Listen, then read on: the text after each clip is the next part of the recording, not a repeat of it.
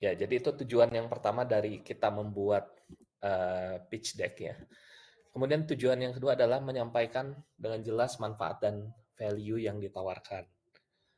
Jadi kalau bedanya dengan presentasi biasa, mungkin kita tidak menampilkan value edit yang kita tawarkan kepada pendengar atau calon investor.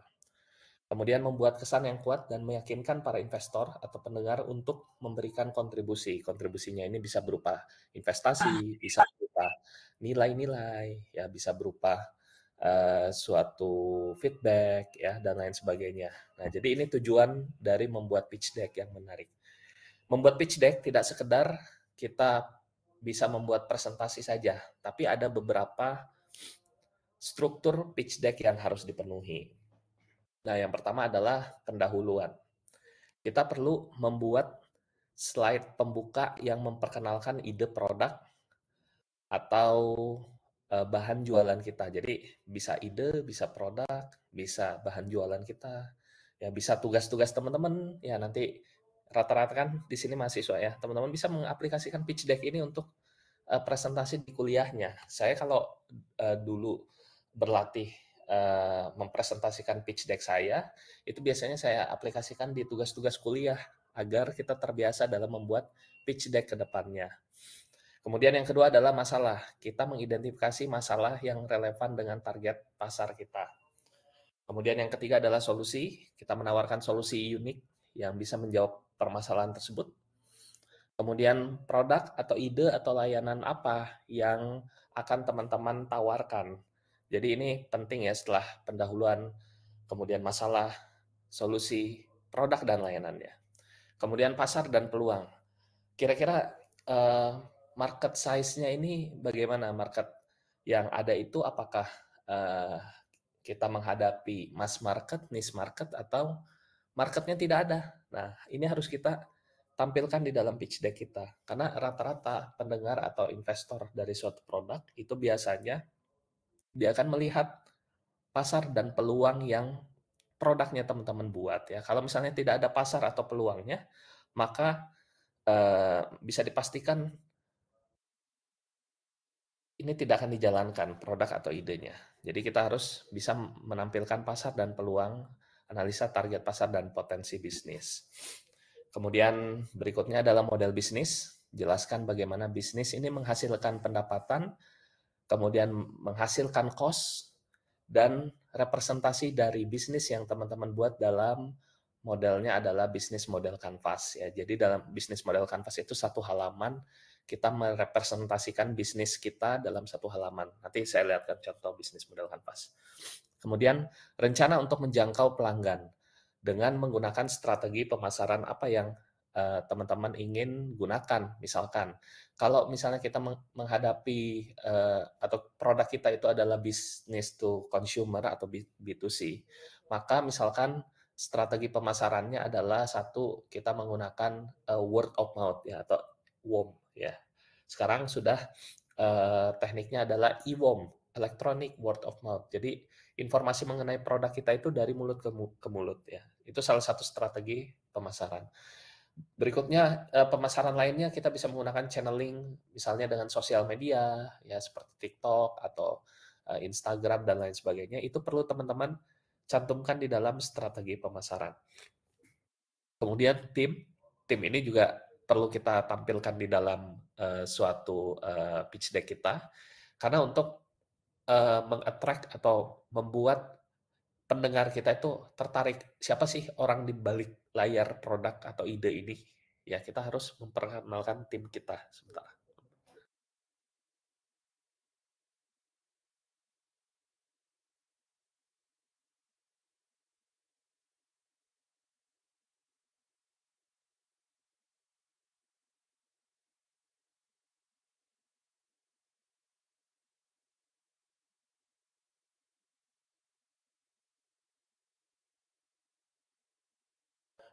Ya, kemudian proyeksi keuangan. Kita perlu menampilkan juga proyeksi keuangan dan juga arus kas dari produk yang kita buat. Jadi misalkan kita membuat produk X ini bisa menghasilkan revenue-nya bagaimana, mengeluarkan cost-nya bagaimana, dan profit yang dihasilkan bagaimana. Ya, jadi profit itu kan adalah revenue dikurangi dengan seluruh cost yang ada atau expenditure. Dan terakhir adalah call to action.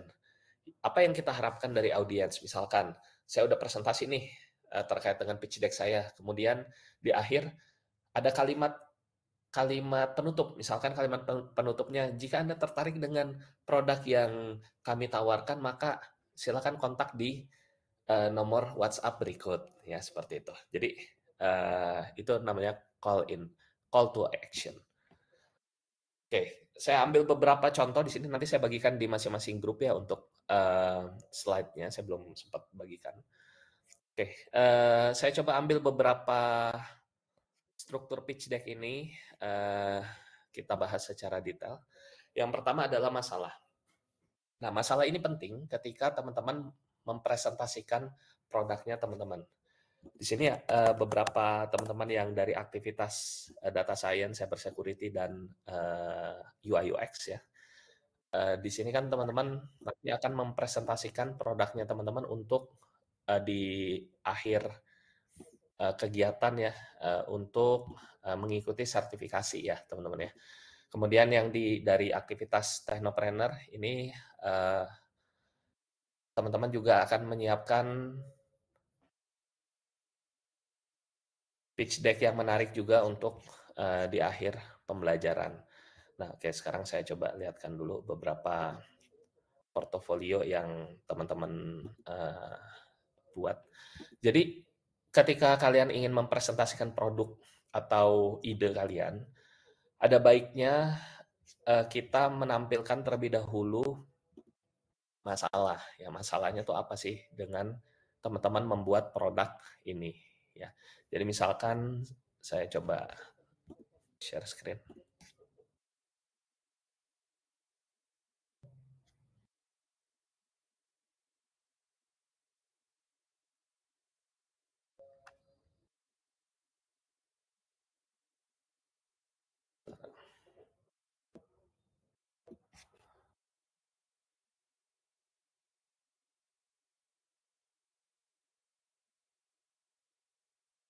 Bisa share screen. Sebentar. Oke. Ya, ini coba kita lihat ya. Nah, ini ada beberapa portofolio yang teman-teman bisa lihat ya. Ini yang dihasilkan oleh peserta pelatihan di Bisai Academy. Teman-teman bisa lihat misalkan contohnya, saya mau lihat. Ya, ini learning app.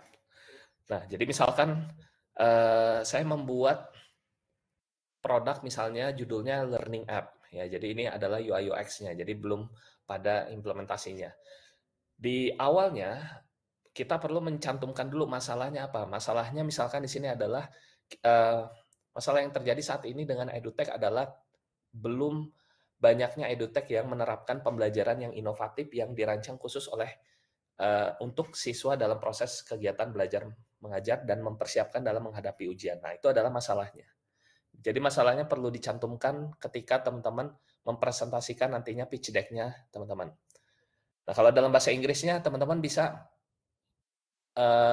kalau misalnya ada kesulitan dalam bahasa Inggris ya mempersiapkan teksnya, kalian bisa menggunakan Google Translate ya untuk mengubah ke dalam bahasa Inggris misalnya. Seperti itu. Jadi kita mulai dari masalah terlebih dahulu. Oke, kemudian kita identifikasi masalah yang kita hadapi atau pasar saat ini sedang hadapi terkait dengan produk yang teman-teman buat.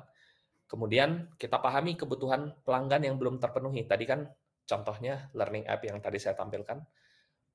Kebutuhannya adalah banyaknya pembelajaran dan juga sistem ujian yang dibutuhkan oleh siswa di kegiatan belajar mengajar, misalkan. Jadi itu kebutuhannya. Dan masalah yang dihadapi dan kebutuhan yang belum terpenuhi itu akan menjadi peluang teman-teman untuk membuat ide atau produk. Ya, jadi ketika kalian presentasi nanti untuk 3 aktivitas yang akan ikut sertifikasi, kalian mulai dari masalah terlebih dahulu. Masalahnya apa? Walaupun produknya udah jadi, kalian tentukan dulu masalahnya. The problem is we don't have any edutech application that can provide the students for learning using something in misalkan dalam bahasa Inggris misalkan, atau dalam kendala lainnya misalkan learningnya. Nah, jadi teman-teman bisa jabarkan masalahnya. Kemudian solusinya. So because of that problem, we establish this application to provide the students learning platform. Jadi peluang bisnisnya adalah kita membuat aplikasinya. Ya, jadi karena kan nanti teman-teman hanya diberikan kesempatan sekitar presentasinya itu 3 menit, teman-teman, 2 sampai 3 menit. Bagaimana dalam 2-3 menit ini kalian bisa menjabarkan produk yang kalian buat dalam waktu yang singkat. Nah, masalahnya kita tampilkan secara briefly aja, secara singkat. Misalkan tadi masalahnya, we have a problem in learning activities in Indonesia because the students usually cannot be provided a system that can accommodate them with interesting learning platform. Nah, itu masalah. So we create this problem, this program, this application to provide the students, so the students can learn about English or language in our platform. Nah, seperti itu ya, teman-teman ya. Jadi masalahnya apa, kemudian peluangnya apa, dan solusinya adalah aplikasi yang kita buat. Oke, jadi dalam pitch deck-nya teman-teman yang untuk ikut ujian sertifikasi, teman-teman bisa mencantumkan masalahnya dulu. Ya, singkat aja, mungkin kurang dari 10 detik kalian presentasikan masalah dan solusinya. Kalau nyontek, boleh nggak di misalkan ada contekan tertulis, boleh ya, silakan. Nanti teman-teman siapkan saja translasinya. Jadi boleh menggunakan Google Translate. Ya. Oke, masalah solusi sudah terjawab ya. Jadi kalau pendahuluan ini teman-teman bisa perkenalan teman-teman ya, misalkan ini kalimat pembukanya. Hello, my name is Octav. Today I would like to present about our product that call as learning apps. Ya, jadi kayak gitu. Hanya singkat saja. Jadi pendahuluannya slide pembuka memperkenalkan kita dan produk kita. Ya, jadi coba saya gabungkan semua. Okay. Hello, good morning. My name is Octav. So today I would like to present about our product that call as learning apps. Learning apps is an application that can provide the solution for the problem of the students cannot be provided the learning platform with interesting UI. Nah, itu bisa 3 bagian ini sudah diselesaikan dalam 10 detik. Jadi singkat ya, nggak panjang lebar kita presentasinya. Barulah nanti ke produk atau layanan. Nah, langsung cerita tentang produk dan layanannya teman-teman. Misalkan dalam bisnis model yang kalian buat. Jadi tidak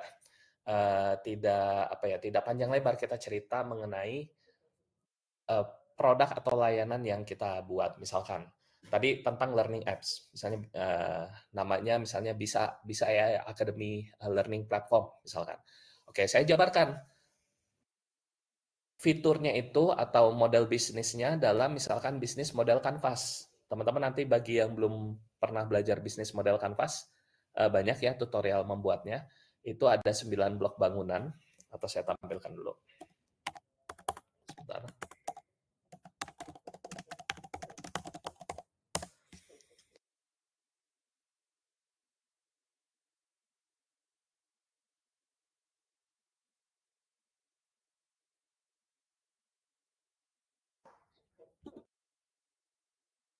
Ya, jadi bisnis model Canvas ini salah satu tools yang bisa teman-teman gunakan untuk merepresentasikan model bisnisnya teman-teman. Nah, nanti silakan keywordnya adalah bisnis model Canvas ya. Jadi ada 9 blok bangunan yang merepresentasikan produknya teman-teman. Dimulai dari customer segment atau segmentasi customer-nya teman-teman. Kemudian customer relationship, bagaimana teman-teman menjaga hubungan dengan pelanggan. Kemudian channel atau bagaimana cara kita mendelivery produk kita. Kemudian value proposition atau nilai yang kita tawarkan yang berbeda, unik dari produk serupa lainnya, value-nya. Key activities, aktivitas yang dijalankan oleh produk kalian, kemudian resources, sumber dayanya apa, partnersnya, kemudian dapat revenue-nya dari mana, dan cost structure-nya dari mana. Nah, singkat aja. Jadi jangan panjang-panjang. Misalnya customer segment. Contoh misalnya Bisa AI Academy. Bisa AI Academy customer segment-nya adalah 18 sampai dengan 24 tahun. Bagaimana menjaga hubungan dan pelanggan? Kita menggunakan tekniknya adalah misalkan diskon atau birthday reminder ya dan lain sebagainya. Channel delivery-nya bagaimana kita menjangkau pelanggan dengan sosial media seperti Instagram dan YouTube. Kemudian value proposition yang tidak dimiliki oleh perusahaan lainnya, kita memiliki edutech platform yang bisa diakses secara gratis melalui bisa.ai. Kemudian key activities-nya, apa yang dijalankan di sini, yaitu pelatihan dan sertifikasi, kemudian kegiatan community lainnya, ya dan sebagainya. Kemudian sumber daya apa yang dibutuhkan, misalkan intellectual property, kemudian website Bisa AI, ya dan lain sebagainya. Partnersnya siapa aja? Misalkan partnernya adalah vendor sertifikasi dan lain-lain. Bagaimana kita menghasilkan revenue? Yaitu dari pelatihan, dari sertifikasi, dari program-program lainnya yang dibuat secara bersama. Kemudian cost structure-nya, bagaimana pengeluarannya? Pengeluarannya kita siapkan misalkan untuk misalnya untuk SDM ya, kemudian untuk termasuk di antaranya ada payroll ya, kemudian ada pelatihan ya dan lain sebagainya. Nah, itu dijabarkan. Ini adalah representasi dari produknya teman-teman dalam bisnis model Canvas. Nah, ketika teman-teman belum di produk yang kalian buat, misalnya tadi tentang UI UX learning platform, pastikan produk yang kalian buat itu walaupun masih perancangan, ya nggak apa-apa karena bisnis model Canvas ini bukan suatu tools yang menggambarkan produk kita udah jadi, tapi ini adalah rencana bisnis kita ketika nanti produknya itu jadi. Ya, jadi teman-teman perlu menjabarkan dalam 9 blok bangunan ini ya. Nah, tinggal di bahasa Inggris kan. Mungkin tadi kan pendahuluan, problem dan solusi itu 10 sampai 15 detik. Nah, kemudian untuk bisnis model Canvas, kita balik lagi ke slide-nya. Yang perlu dijelaskan berikutnya adalah produk atau layanan, kemudian pasar dan peluang, dan model bisnis ini bisa disatukan di dalam di dalam satu slide di bisnis model Canvas-nya. Nah, teman-teman perlu menjabarkan 9 blok bangunan tadi. Oke, sebagai contoh, our customer segmentation is a students from 18 until 24 years old. Itu untuk segmentasi customer. And then how to manage customer relationship, we use the discount or something like a coupon that given to the students. Misalnya itu customer relationship-nya. Kemudian value added. Value added that different with other products is we have the platform that can be accessed by the students free of charge, ya seperti itu. Jadi jabarkan singkat saja. Kemudian apalagi tadi key activities. Key activities yang kita jabarkan juga. What is activities that running by us is the certification and learning program. Jadi simple ya seperti itu. Kemudian berikutnya, how we create a revenue stream, we sell a course and then certification to the students. And how we spend the cost, we spend the cost for human resources and other intellectual property and others. Ya, nah itu kalian jabarkan dengan singkat. Jadi bisnis model kanvasnya itu mungkin hanya sekitar 10 sampai 20 detik. Jadi teman-teman sampai poin ke 6 dan 7 mungkin ya, dan 7 ini bisa 20 detik sampai mungkin 30 detik juga bisa ya kalau misalnya teman-teman panjang menjabarkannya. Jadi 30 detik tadi tambah 15 detik sudah 45 detik. Masih ada waktu selama 3 menit. Kemudian kita kenalkan tim, proyeksi keuangan, dan call to action. Nah, mungkin karena teman-teman produknya sudah dirancang ya di 3 aktivitas ini, ada UI UX, kemudian cyber security dan data science, kalian sudah rancang produknya. Nah, kalian bisa demonstrasi si produknya teman-teman. Mungkin di bagian tambahin satu section baru ya di sini untuk demonstrasi produknya. Tapi simple saja, yang penting masuk dalam waktunya. Sebentar ya teman-teman.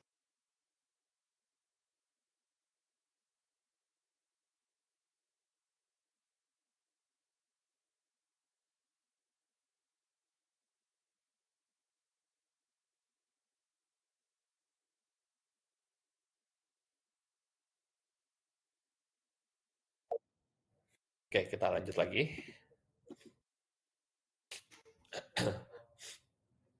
Oke, kemudian tim. Nah, tim ini teman-teman bisa menuliskan, kalau individu ya tuliskan nama teman-teman, pengalamannya teman-teman, kemudian perannya apa ya, rata-rata kan individu ya untuk yang sertifikasi. Kemudian untuk yang technopreneur juga sama. Ini teman-teman bisa menuliskan profil kalian secara individu. Dan experience-nya teman-teman tuliskan di sini. Ya, misalkan kalian kuliah di mana, kemudian eh, project atau produk yang pernah kalian rancang apa, ya. Kemudian kalian pernah mengambil course apa aja, itu juga bisa kalian kalian cantumkan di sini. Biasanya investor itu akan melihat, atau pendengar itu akan melihat experience-nya teman-teman. Ya, jadi saya juga sama, ketika ada yang saya juga kadang eh, jadi investor juga. Jadi biasanya kalau ada yang presentasi, kalau ada yang skip bagian tim, ini biasanya saya akan nanya nantinya. Atau mungkin kalau kalau tidak dijabarkan dengan detail, itu biasanya saya skip gitu. Ya, jadi teman-teman bisa menjabarkan profilnya teman-teman di bagian tim. Jadi setelah kalian jabarkan semua mengenai produk, lanjut lagi dengan eh, detail dari tim, ya seperti itu. Kemudian proyeksi keuangan kalau ada, ya kalau tidak ada ya nggak perlu. Ini mungkin di kelas Technopreneur ya, teman-teman perlu menjabarkan proyeksi keuangan. Pendapatannya dari mana, kemudian cost-nya dari mana, sehingga kita bisa mendapatkan return of investment atau ROI-nya. Kira-kira di tahun keberapa akan kembali modal. Itu penting buat investor, agar apa? Agar investor bisa mengestimasi, saya harus support produk ini berapa lama, dan berapa lama saya akan mendapatkan estimasi penghasilan atau keuntungan. Ya, jadi di proyeksi keuangan. Oke, ini beberapa tips desain slide yang menarik. Ya, jadi di sini adalah satu visual yang menarik. Gunakan grafik, icon, dan gambar yang berkualitas tinggi. Tadi saya sudah sarankan teman-teman menggunakan Canva. Jadi kita hindari teks yang terlalu banyak di satu slide. Kemudian konsistensi desain, kita pilih warna yang selaras dengan brandnya teman-teman. Kemudian slide bersih dan fokus. Oke, saya kasih contoh.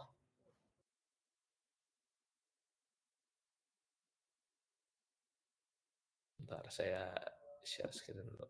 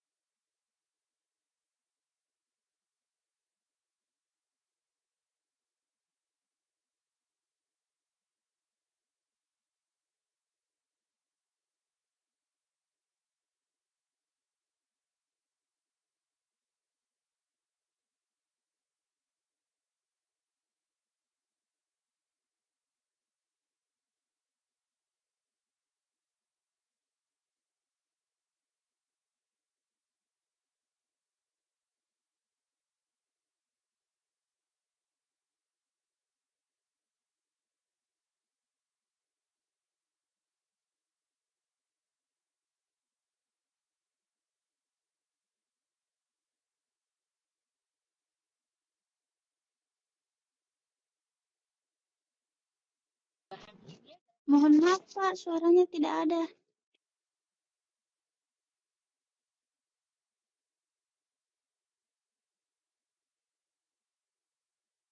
Oke, sorry, mohon maaf teman-teman. Dari tadi ya, suaranya nggak ada ya? Iya, Pak. Ya, nggak ada yang info. Baik. Ya, saya lanjut lagi ya, teman-teman. Nah, jadi tadi sampai mana terakhir, teman-teman? Suaranya ada. Dari tadi saya ngobrol nggak masuk ya berarti ya. Tadi sampai di Canva, Pak, yang kualitas tinggi. Gambar kualitas tinggi. Di Canva yang ini, Iya, Pak. Yang itu, Pak. yang ini ya. Oke, baik. Oke, jadi teman-teman bisa menggunakan ChatGPT untuk menampilkan atau mencari beberapa referensi. Ya, contohnya misalkan saya ingin menampilkan statistik mengenai kebutuhan AI di Indonesia. Saya ketikkan, tampilkan statistik mengenai kebutuhan AI di Indonesia. Nah, kemudian ChatGPT-nya akan mencari. Ini contohnya, pada tahun 2023 ukuran pasar AI di Indonesia mencapai sekitar 1,8 miliar USD katanya, dan lain-lain. Nah, ini hasil pencarian dari gimana? Ya, jadi ini hasil pencarian dari uh, ChatGPT-nya. Jadi teman-teman nggak perlu kita cari referensi satu-satu. Teman-teman bisa menggunakan ChatGPT untuk mencari referensi statistik, kemudian mencari referensi latar belakang mengenai produknya kalian. Ya, ini dengan ChatGPT. Tinggal masukkan keywordnya saja, tampilkan statistik mengenai kebutuhan AI di Indonesia, nanti keluar. Nah, ini yang kita copy, masukkan ke dalam slide kita. Kita masukkan ke dalam slide kita seperti itu. Ya, ya. Oke, kemudian kita balik lagi ke ini ya, ke slide-nya. Jadi tips desain slide yang menarik, visual yang menarik, kemudian konsistensi desain, dan slide bersih dan fokus. Nah, 3 poin ini yang tadi saya tampilkan di dalam slide di yang slide-nya dokter mekanik ya. Visualnya menarik, banyak grafik, icon, gambar kualitas tinggi, kemudian desainnya konsisten, warnanya sesuai dengan logo, kemudian bersih dan fokus. Oke, coba kita lihat lagi. Ya, ini kan bersih ya slide-nya, maksudnya banyak warna netral putih ya dan lain-lain. Kemudian coraknya mengikuti logonya, kemudian konsistensi desainnya ya ini ditampilkan juga banyak gambar-gambar ya, ini banyak gambar, banyak apa visualisasi ya dan lain sebagainya. Nah, jadi seperti itu untuk tipsnya. Oke, kita lanjut lagi. Ketika teman-teman mempresentasikan produknya kalian, idenya, produk, kemudian usulan bisnisnya, nah tantangannya ini adalah audiens yang beragam. Mungkin kalau presentasi ke calon investor, kita perlu mengenal terlebih dahulu calon investornya. Jadi audiensnya kita kenali profilnya. Apakah dia merupakan calon investor yang misalkan lebih terbuka terkait dengan ide-ide baru, atau calon investor tersebut misalkan lebih lebih fokus pada followers ya, itu juga perlu kita kenali. Dari mana kita kenalinya? Ya biasanya kita tinggal browsing namanya ya. Jadi saya pernah presentasi di depan di depan juri ya. Jadi jurinya ini salah satu perusahaan teknologi bidang perikanan. Nah, saya browsing dulu profil jurinya. Oh, ternyata jurinya berdasarkan LinkedIn atau data-data di internet dia lebih lebih terlihat misalkan lebih lebih santai. Nah, sehingga saya presentasinya lebih santai. Jadi audiens yang beragam. Audiensnya ini yang mendengarkan presentasi kita, kalau kita bisa survei terlebih dahulu sebelum presentasi itu lebih baik ya. Tapi kalau kita tidak kenal audiensnya, mungkin lebih baik kita presentasinya itu secara general, secara umum saja kita presentasi. Karena ada juga listener atau misalnya investor yang mungkin lebih apa ya, kalau tidak suka dengan ide kita langsung skip gitu, ada. Nah, itu yang biasanya membuat kita down ya biasanya ya. Saya pernah juga menghadapi juri yang langsung jelek idenya katanya. Di seperti itu kan ada gitu. Idenya nggak menarik, ini sudah banyak di Indonesia ide-ide lain katanya yang serupa seperti ini. Nah, kalau kejadian seperti itu teman-teman jangan down ya, jangan langsung wah ide saya ini nggak bagus, nah jangan ya, karena kan sebenarnya juri atau investor itu ya cocok-cocokan sama kita gitu. Jadi ya kita tinggal cari investor atau juri lainnya yang kira-kira sejalan dengan kita. Berarti kan sudah seperti itu. Misalnya kita dijatuhkan ketika kita presentasi, dan saya beberapa kali pernah dijatuhkan ketika presentasi, tapi tidak membuat kita down ya, lanjut aja terus dengan ide, mungkin kita idealis ide kita, ya nggak apa-apa lanjutkan. Tapi kalau misalnya dirasa benar pendapat jurinya dengan statistik yang bagus, dengan informasi yang bagus, itu mungkin bisa jadi pertimbangan ya. Saya pernah mengalami, jadi ketika saya presentasi dengan salah satu juri uh, dari Kemendikbud, pada saat itu saya presentasi programnya itu namanya platform ujian nasional ya. Saya presentasi waktu itu.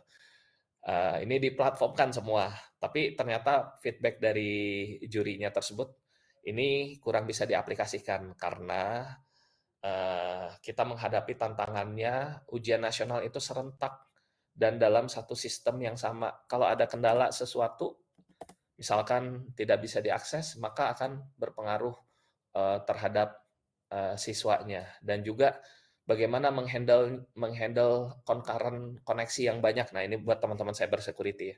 Concurrent koneksi yang banyak dalam satu waktu yang bersamaan. Apakah sudah siap? Nah, pada saat itu saya belum siap menampilkan concurrent statistik servernya berapa. Akhirnya ya udah ditolak. Tapi benar alasannya. Alasannya ilmiah gitu. Bukan ya apa ya reasonable ya. Nah, itu nggak apa-apa. Akhirnya saya mundur dari usulan aplikasi atau produk ujian nasional secara online tadi gitu. Gitu ya, teman-teman ya. Nah, saya presentasi juga sama juri lainnya. Ini dari salah satu edutech jurinya. Karena mungkin melihat produk yang saya bawakan juga terkait edutech, jadi langsung di awal ini udah banyak aplikasi kayak gini, nggak menarik idenya. Langsung seperti itu kan, ya udah. Berarti ya udah saya stop presentasinya. Saya cari tempat lain. Ya nggak apa-apa. Jadi nggak harus kita dengan orang tersebut, karena kan cocok-cocokan sebenarnya ya, gitu. Oke, saya lanjut lagi. Jadi tantangannya presentator atau orang yang presentasi ya terkait dengan produk atau idenya, ini yang paling penting mengatasi kegugupan dan menjadi presentator yang percaya diri dan mampu menginspirasi kepercayaan. Nah, teman-teman mungkin kalau gugup ketika presentasi nanti yang ujian sertifikasi ya misalkan, tidak diminta untuk on cam misalkan, ya nggak usah on cam gitu. Tapi kalau diminta on cam, ya on cam. Ya, seperti itu. Biasanya kalau untuk melatih biar lancar dan tidak gugup, itu teman-teman bisa coba recording presentasinya teman-teman, recording dengan Canva kan ada fitur recording, atau dengan handphone kita recording dari sisi timeline, dari sisi ketepatan waktunya, dari sisi kita percaya diri atau enggak di dalam presentasinya, itu bisa kita lihat dari recording tersebut ya. Atau kita presentasinya di depan kaca, itu juga bisa membantu teman-teman dalam meningkatkan kepercayaan diri dan dalam teknik melakukan presentasi seperti itu.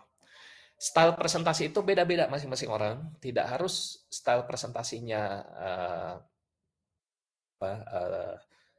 sama ya setiap orang. Saya pernah melihat beberapa presenter yang benar-benar bagus pada bidangnya ya. Contoh Steve Jobs. Steve Jobs itu ketika presentasi suatu produk, misalnya iPod, dia presentasi iPod nih. Yang dia lakukan adalah dia tanya ke audiens.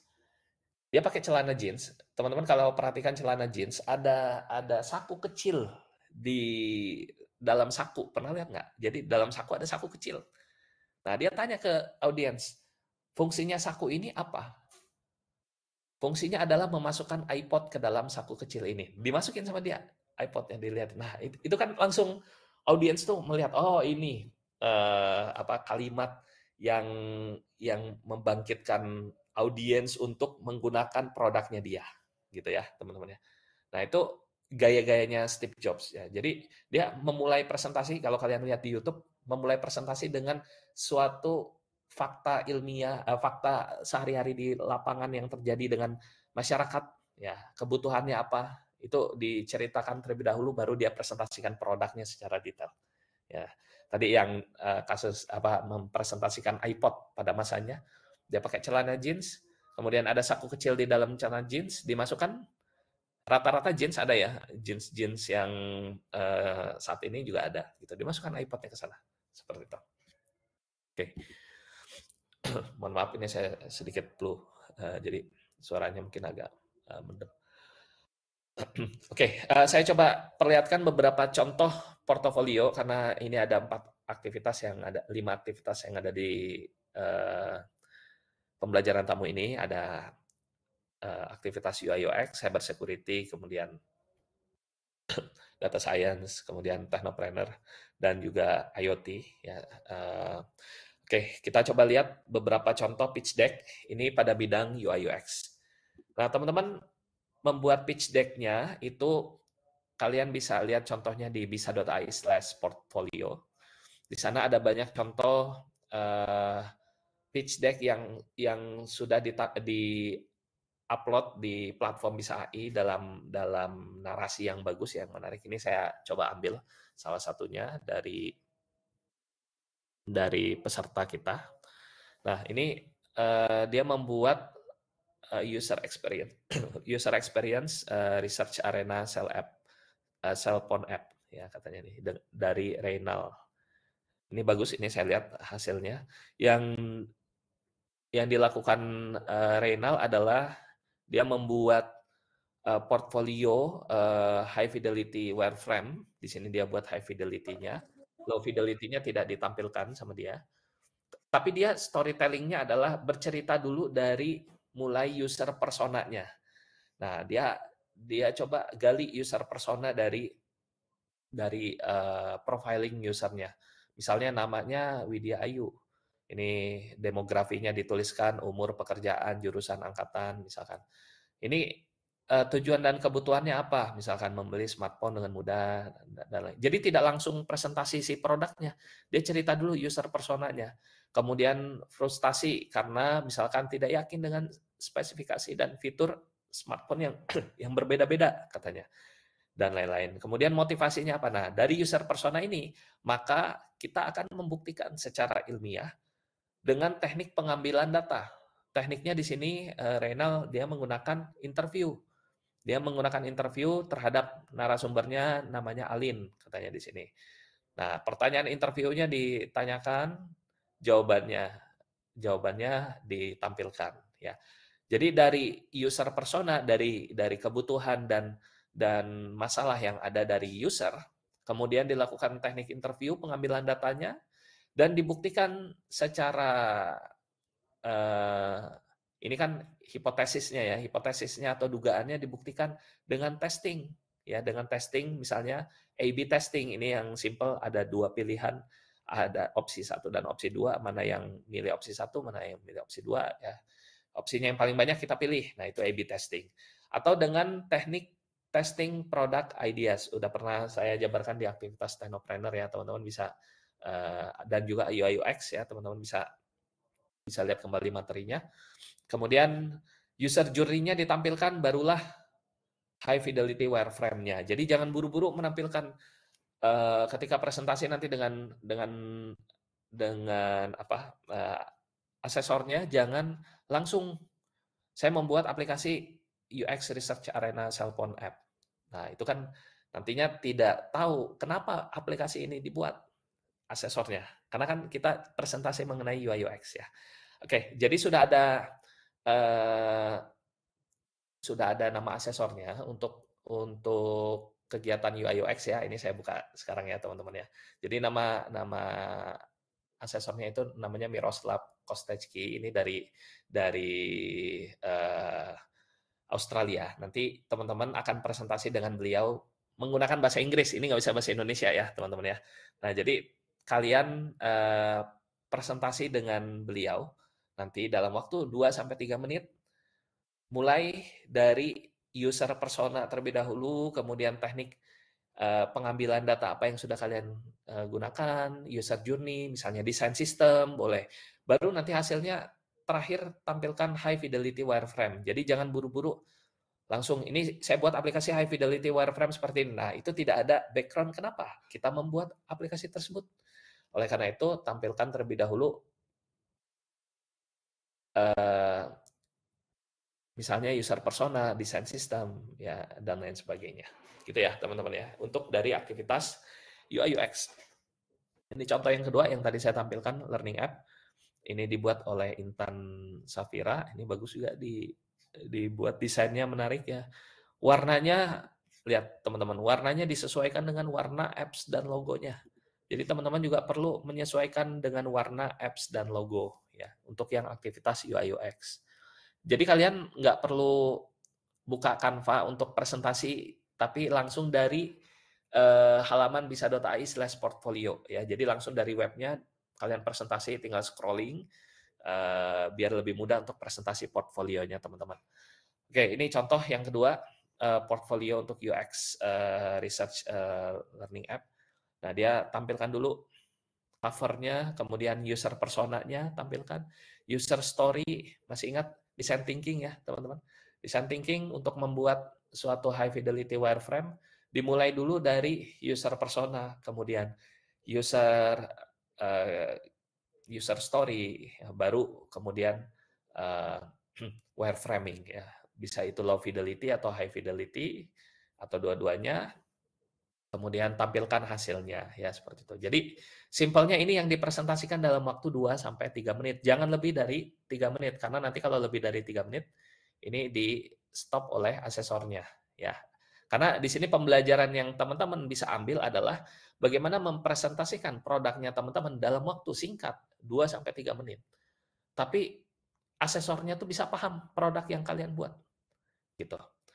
Nah, ini kan tantangan karena jumlah yang diuji banyak ya. Jadi tidak mungkin satu-satu secara detail, tapi teman-teman langsung cepat apa yang kalian buat, background-nya seperti apa, ya ditampilkan. Itu untuk UI UX ya.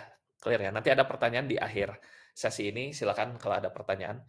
Ini saya sudah koordinasi dengan asesornya. Jadi nanti teman-teman silakan presentasikan yang tadi saya sudah sampaikan ya teman-teman ya, silakan nanti dipresentasikan. Ada user personanya, ya bisa jadi ada user story, tapi tidak terbatas pada ini ya. Kalau kalian ada yang lain, tampilkan aja. Yang penting waktunya cukup.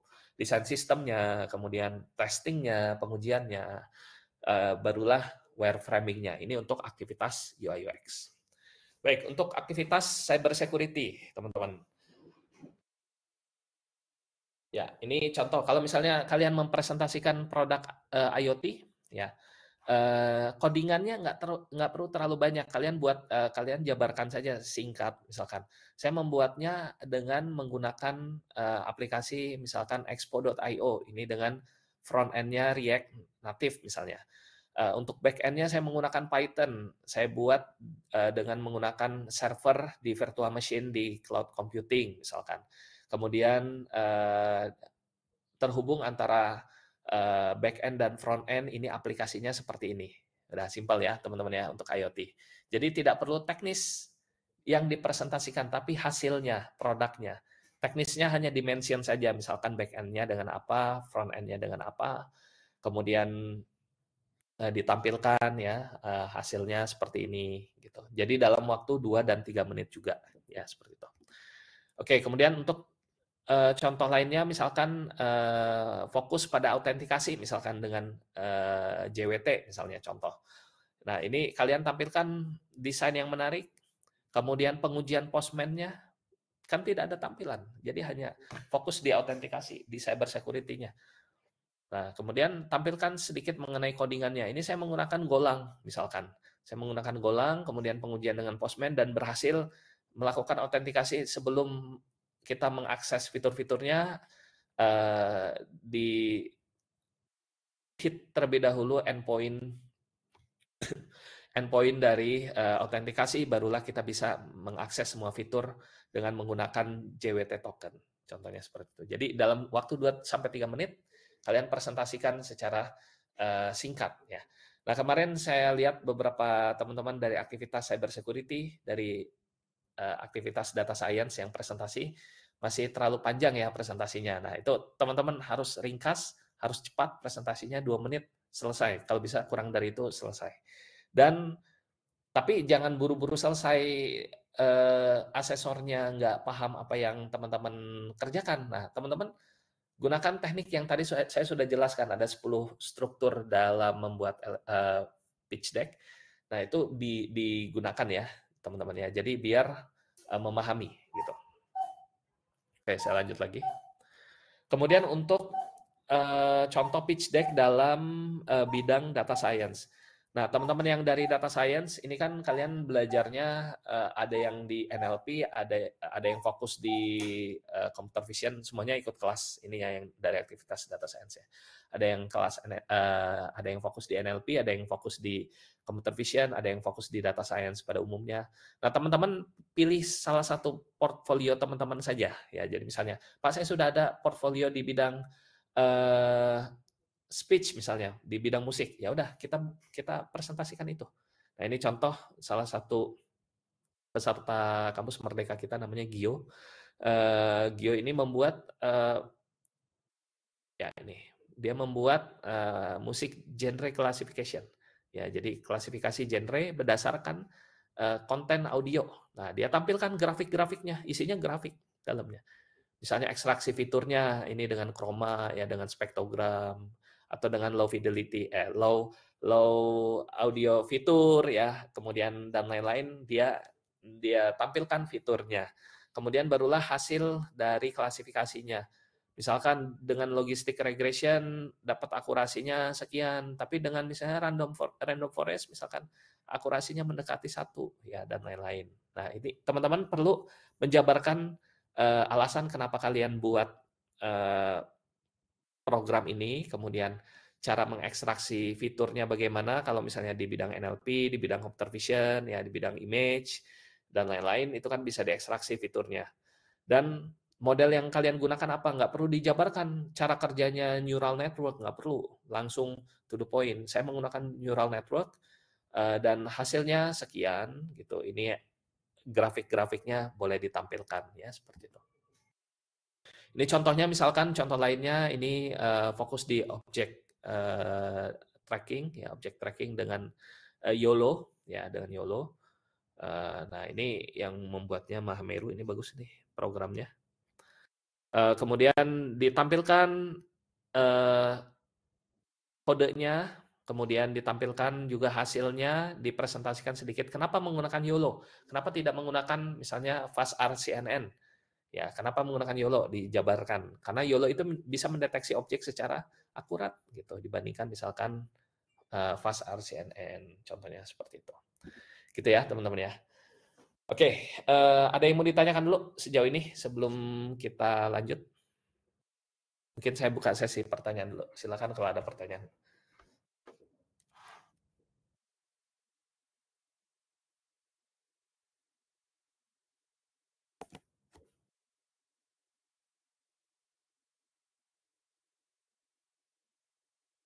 Oh, ini ada yang tanya. Rekamannya di-upload ya? Nanti di-upload ya. Biasa 3-4 hari baru masuk. Nanti di-upload di YouTube. Oke, kalau ada pertanyaan silakan boleh ditanyakan. Sebelum saya lanjut, ini masih ada materinya soalnya. Masih lumayan banyak.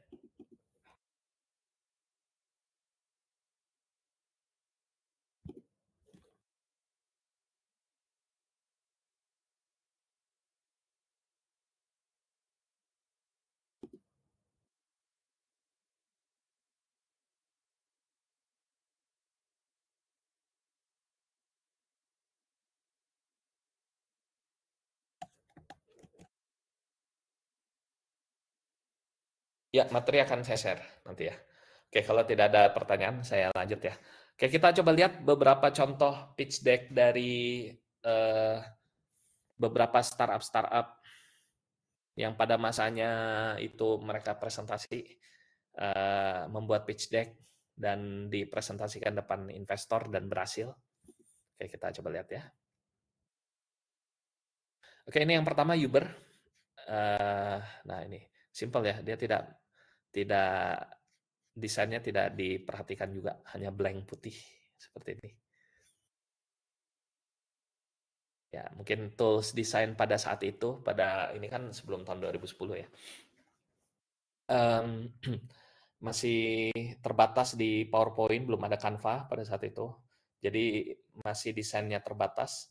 Tapi secara substansi isinya, ini mengikuti yang 10 prinsip tadi. Ya, kalau teman-teman silakan nanti dibaca.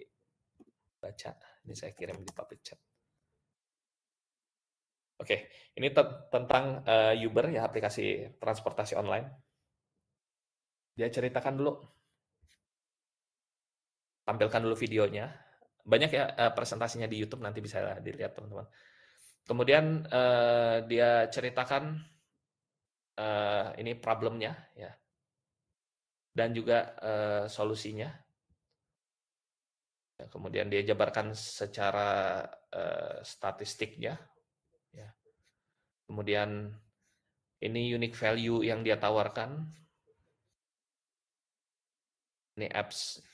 Nah ini langsung pada produknya, dia ceritakan produknya bisa diakses lewat BlackBerry, iPhone ya dan lain-lain. Kemudian dia jabarkan fiturnya.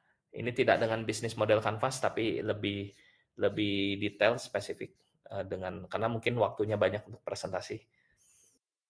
Nah, ini tapi tetap prinsipnya sama dengan 10 yang tadi ya. Dia jabarkan teknologinya, kemudian demand-nya, kebutuhannya, forecasting-nya, atau yang tadi saya presentasikan itu adalah financial project-nya, ya, demand forecasting, kemudian market size-nya, overall market-nya, ini diceritakan semua. Ya, di bagian tadi yang saya tampilkan itu sebentar. Ini saya pakai Canva buatnya. Mana ya tadi di awal? Nah ini. Oke. Tadi ya proyeksi keuangan. Coba kita lihat lagi. Overall marketnya, ini teman-teman bisa tampilkan juga di dalam model bisnis ya dan lain-lain. Jadi sama, intinya sama formatnya, tapi mungkin gaya presentasinya, gaya pitch deck-nya bisa berbeda, nggak jadi masalah. Ya. Oke, contoh yang kedua ini aplikasi Tinder. Ini aplikasi apa? Atau kita skip aja ya kalau yang Tinder. Ini berikutnya aplikasi Facebook. Ya.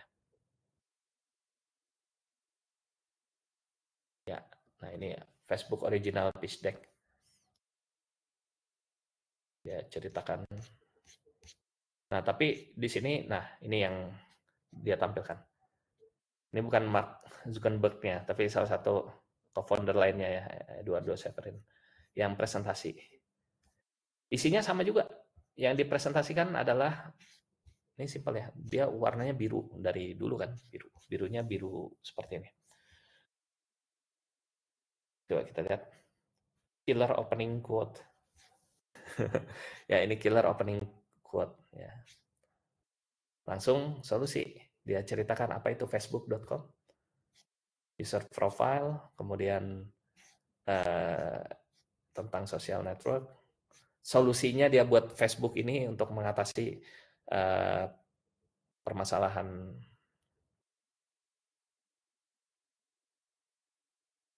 ya pada sosial media ya dia buat ini. Terus baru kontaknya dia. Kalau tertarik langsung kontak dia katanya gitu seperti itu. Nah, jadi beberapa pitch deck yang dibuat oleh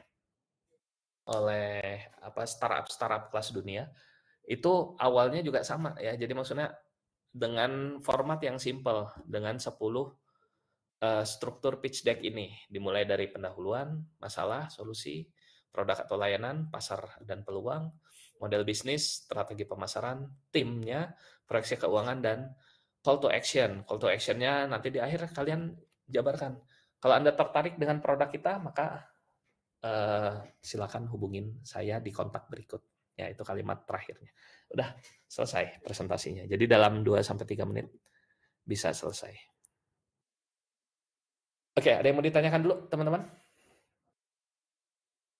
Berikutnya kita masuk ke elevator pitch. Ya, jadi setelah deck-nya teman-teman buat, ya, kalian bisa membuat elevator pitch, yaitu suatu pernyataan singkat, 30-60 detik, yang menjelaskan ide, produk, atau layanan secara jelas dan menarik. Ya. Nah, ini elevator pitch ini kalian masukkan sebelum demonstrasi produk yang sudah kalian buat. Ya, jadi misalkan tentang problem, solution, kemudian terkait dengan mungkin tim bisa dimasukin juga ya di sini. Kemudian model bisnis itu bisa dimasukkan ke dalam elevator pitch. Jadi dengan menggunakan elevator pitch, kita bisa menjelaskan ide, produk, atau layanan secara jelas dan menarik. Untuk struktur dari elevator pitch, ini pembuka yang menarik. Contoh yang tadi Facebook. Facebook dia punya quotes di awal.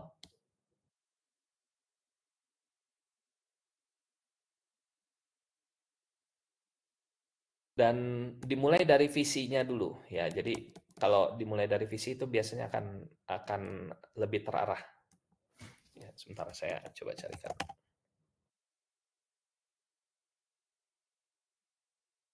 Oke, ini contohnya. Sebentar saya tampilkan. Oke. Kelihatan ya, teman-teman ya. Ya, jadi ini contoh visi. Microsoft to empower every person and every organization on the planet to achieve more. Nah, dari mulai visi ini. Jadi ini kalimat pembuka yang akan meng-attract audience. Atau misalkan ya ada yang resen. Atau misalnya Google to organize the world's information and make it universally accessible and useful. Sesuai dengan produk-produknya mereka ya, lihat aja visinya. Kemudian Tesla to accelerate the world's transition to sustainable energy. Jadi dia ya benar, visinya dia ini dan produknya ya tentang mobil gitu, sustainable energy. Dia menggunakan listrik. Adobe changing the world through digital experiences. Ya benar, dengan desain dia digital experience ya dan lain-lain. Nah, jadi kalimat-kalimat pembuka itu bisa teman-teman ceritakan. Contoh misalnya seperti ini. Saya mau presentasi mengenai produk saya misalkan terkait dengan data science misalnya ya.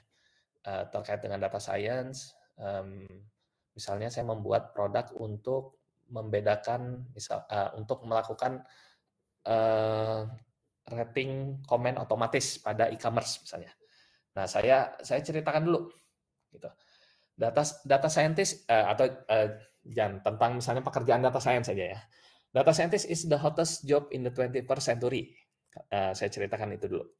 Jadi data science adalah seorang data scientist adalah job yang paling hot di abad ke-21 ya. Tadi saya bilang kan data scientist is the hottest job in the 21st century. Saya ceritakan itu dulu. Based on Harvard Business Review articles in 2022. Contohnya seperti itu. So we create a platform to accommodate data scientists in one platform. Data scientists can access a lot of project using our application. Nah, jadi kalimat pembuka yang secara statistik atau secara umum sudah diketahui orang, itu kita bisa tampilkan terlebih dahulu. Sama seperti yang Facebook tadi. Oke, saya lanjutkan lagi ya. Jadi pembuka yang menarik. Jadi pembuka yang menariknya contoh lainnya. Tahukah Anda bahwa 60% usaha kecil gagal karena kurangnya strategi pemasaran yang efektif? Berdasarkan misalnya Statista. Oke, kemudian yang kedua masalah yang kita coba selesaikan. Nah, ini kan bisa jadi masalah, solusinya adalah misalkan kita jelaskan masalah utama yang relevan dengan audiens dan yang kita selesaikan. Contoh, banyak bisnis kesulitan menemukan alat sederhana untuk melacak produktivitas tim mereka. Sehingga kami membuat aplikasi untuk melacak produktivitas tim yang disebut dengan productivity.com. Contohnya seperti itu. Kemudian ini solusi yang kita tawarkan, tunjukkan bagaimana cara mengatasi masalah tersebut. Nah, yang tadi saya sebutkan ya. Contohnya, kami mengembangkan aplikasi yang membantu tim kecil dalam meningkatkan produktivitas hingga 40% dalam 3 bulan. Nah, jadi teman-teman, elevator pitch ini akan meng-attract atau membuat audiens kita tertarik untuk menyimak presentasi kita. Jadi jangan kita buat presentasi yang biasa-biasa gitu, seperti teman-teman sedang presentasi tugas. Ya, jadi nanti ketika kalian presentasi dengan asesor, terapkan pitch deck dan elevator pitch-nya. Ya, jadi konsep elevator pitch, lihat pernyataan singkat 30-60 detik yang menjelaskan ide, produk, atau layanan Anda secara jelas dan menarik. Strukturnya ini, pembuka yang menarik, masalah yang diselesaikan, dan solusi yang ditawarkan. Coba saya gabungkan semua ya di sini. Tahukah Anda bahwa 60% usaha kecil gagal karena kurangnya strategi pemasaran yang menarik, sehingga membuat masalah yaitu banyak bisnis kesulitan dalam menemukan alat sederhana yang melacak produktivitas tim mereka. Sehingga kami sebagai startup baru yang mencoba menawarkan pengembangan aplikasi yang membantu tim kecil dalam meningkatkan produktivitas hingga 40% dalam 3 bulan ke depan. Sehingga nantinya kita akan menyelesaikan masalah usaha kecil tidak gagal dalam strategi pemasaran. Nah, jadi lebih tertata, pembukanya menarik, masalah yang kita selesaikan dan solusi yang kita tawarkan. Kemudian pola lainnya adalah kalian bisa tambahkan nilai tambah ya, nilai tambah atau unique value atau value added. Kita jelaskan kenapa solusi kita lebih baik dibandingkan kompetitor. Misalkan pada aplikasi yang kita buat ada fitur analisa dengan menggunakan AI katanya. Yang biasanya hanya tersedia di perusahaan besar, tapi kami memiliki di perusahaan ini, di produk ini gitu. Jadi ini nilai tambahnya. Dan terakhir, call in action. Kita akhiri ajakan untuk melanjutkan pembicaraan atau bertukar kontak. Contoh, saya akan senang menunjukkan demo singkat kepada Anda. Nah, jadi nanti kalau teman-teman UI UX ini ya presentasi contohnya. Ini kan karena udah ada asesornya, dan asesornya ini Australia itu dia British Australia ya aksennya. Jadi mungkin agak sedikit sulit didengar, tapi seharusnya masih bisa. Ditanya aja kalau misalnya tidak dapat poinnya dari asesornya, pardon, atau tanya, I'm sorry, I cannot get your point. Ya, itu teman-teman bisa dapatkan ya. Nah, jadi misalnya kalian presentasi dulu. Presentasi misalkan contoh seperti ini. Saya coba dari awal ya untuk presentasinya. Hi, my name is Octav. So today I would like to present about Bisa AI Academy. Based on the problems in Indonesia, a lot of students cannot learn in edutech platform. So we create Bisa AI Academy as an alternative to students in order to learning by the platform. So Bisa AI Academy can be accessed by clicking bisa.ai in your web browser. So if you want to know more about Bisa AI Academy, you can contact me or may I present about Bisa AI Academy to you. Nah, jadi tawarkan, mau nggak dipresentasikan? Nanti si asesornya itu akan sure, I would like to look at your apps misalkan, dia akan bilang sure, of course. Nah, teman-teman akan jadi ada interaksi walaupun teman-teman apa ya, udah presentasi di awal ya, misalnya tentang produk, sedikit bukan tentang produknya, tentang problem, solusi, dan mention sedikit produknya, lempar ke asesornya, bolehkah saya mempresentasikan atau mendemokan mengenai UI UX yang saya buat? Nah, nanti di situ ada interaksi. Jadi asesornya itu akan kasih feedback, respon, walaupun kalimatnya cuma sure, of course, please show to me, ya, dan lain-lain. Nah, jadi itu yang disebut dengan call in action. Jadi ada bukan hanya mengakhiri, tapi ada interaksi juga gitu. Bisa dapat poinnya teman-teman sampai sini. Jadi silakan nanti bisa di ini ya, bisa diaplikasikan pada presentasi di sesi nanti dengan asesor ya. Oke, ini contoh elevator pitch di bidang bisnis teknologi dan produk konsumen. Oke, coba kita lihat. Perusahaan kecil sering merasa kesulitan memanfaatkan teknologi untuk bersaing dengan pemain besar. Itulah mengapa kami membuat platform X, sebuah alat berbasis AI yang memungkinkan mereka meningkatkan efisiensi hingga 50%. Dengan harga yang terjangkau, bisnis dapat fokus pada pertumbuhan tanpa khawatir dengan teknologi. Tertarik untuk mendengar lebih lanjut, bolehkah saya mempresentasikan produk saya? Nah, itu teman-teman sampaikan kepada asesornya, gitu ya. Kemudian contoh yang kedua, atau saya coba ubah ke bahasa Inggris ya. Oke. Misalkan untuk yang contoh yang pertama. Small businesses often struggle to leverage technology to compete with the big boys. That's the big one. That's why we create Platform X as an alternative AI-powered tool that allows them to increase efficiency by up to 50%. At an affordable price, business can focus on growth without worrying about technology. If you want to hear about this Platform X, you can contact me, or may I demonstrate our application? Nah, jadi teman-teman bisa mungkin mentranslatekan terlebih dahulu. Jadi kalian buat dalam bahasa Indonesia, ya kalau belum terbiasa, buat dalam bahasa Indonesia dulu, nanti kalian gunakan Google Translate, baca aja nggak apa-apa. Ya, jadi dibaca aja, tapi jangan kelihatan membaca. Ya, seperti itu. Oke, ini contoh yang kedua. Ya. Misalkan, pernahkah Anda merasa kesulitan menemukan makanan sehat yang tetap lezat? Kami menciptakan Fit Bites, cemilan berbasis bahan organik yang dirancang khusus untuk gaya hidup aktif. Dalam 6 bulan terakhir, kami sudah menjual 50.000 unit.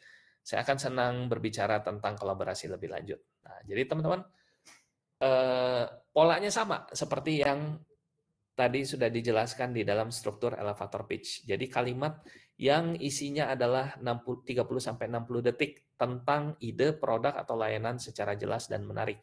Dan di akhir kalian kasih feedback atau tanyakan kepada asesornya, boleh saya presentasi?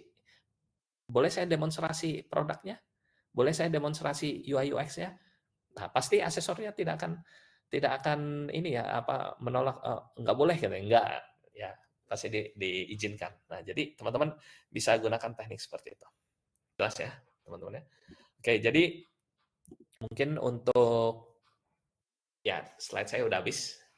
Ya, jadi intinya adalah teman-teman bisa memulai untuk membuat pitch deck dan menyiapkan elevator pitch terkait dengan produk yang teman-teman buat. Oke, ada yang mau ditanyakan dulu sejauh ini, teman-teman?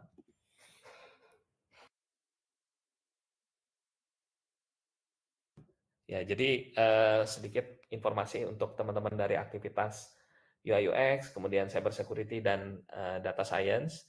Walaupun jadwalnya belum keluar, tapi di bulan Desember ini yang teman-teman siapkan adalah pitch deck yang sudah dipublish di platform bisa.ai ya.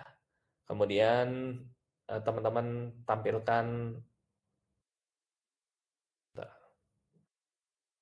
kemudian kalian presentasikan dalam teknik yang tadi sudah saya jelaskan ya. Jadi ini untuk sertifikasi nanti ya, gunakan format pitch deck dan elevator pitch seperti itu.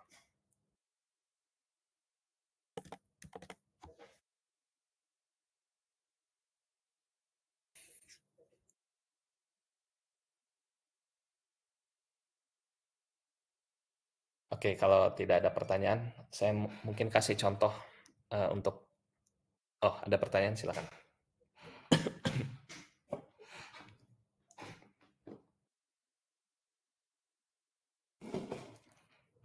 Ada pertanyaan, teman-teman?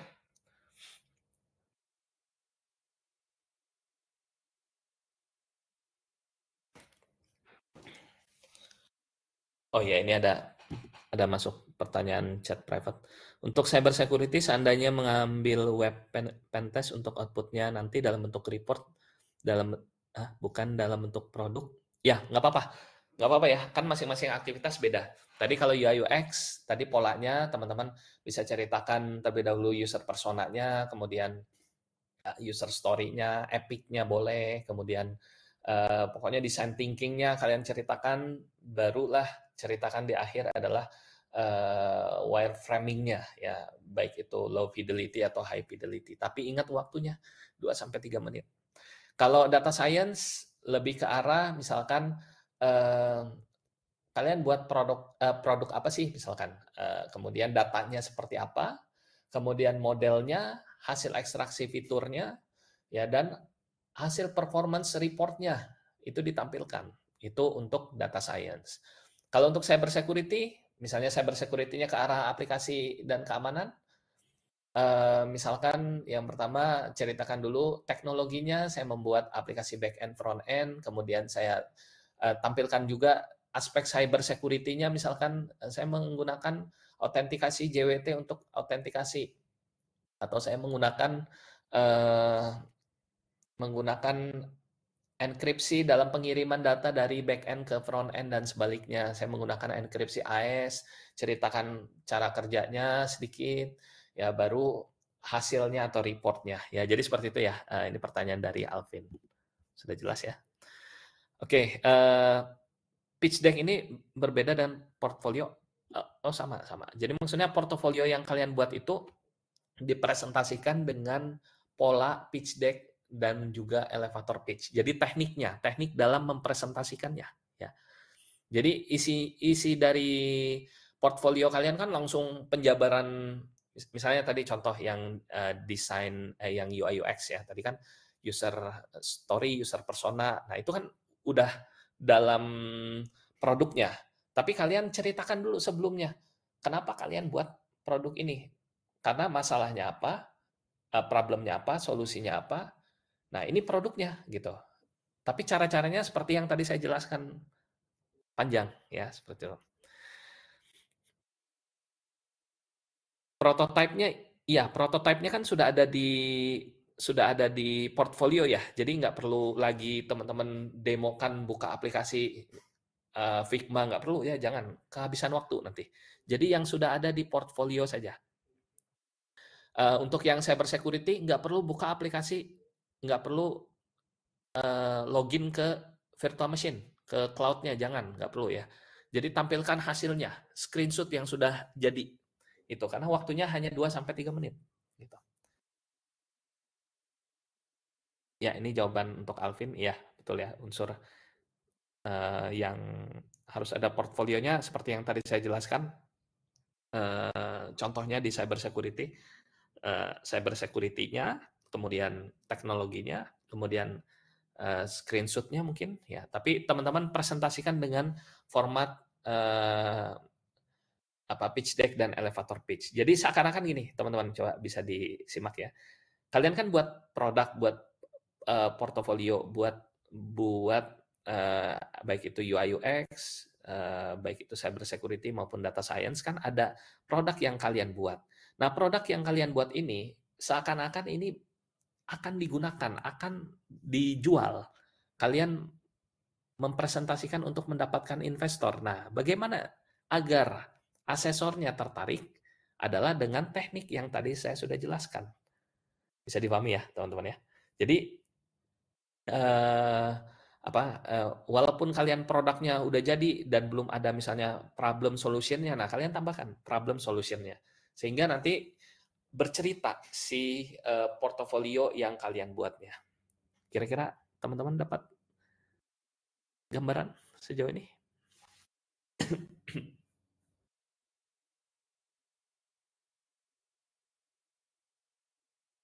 Oke, ya jadi mungkin itu ya terkait dengan jawaban dari pertanyaan teman-teman. Ada lagi pertanyaan lainnya?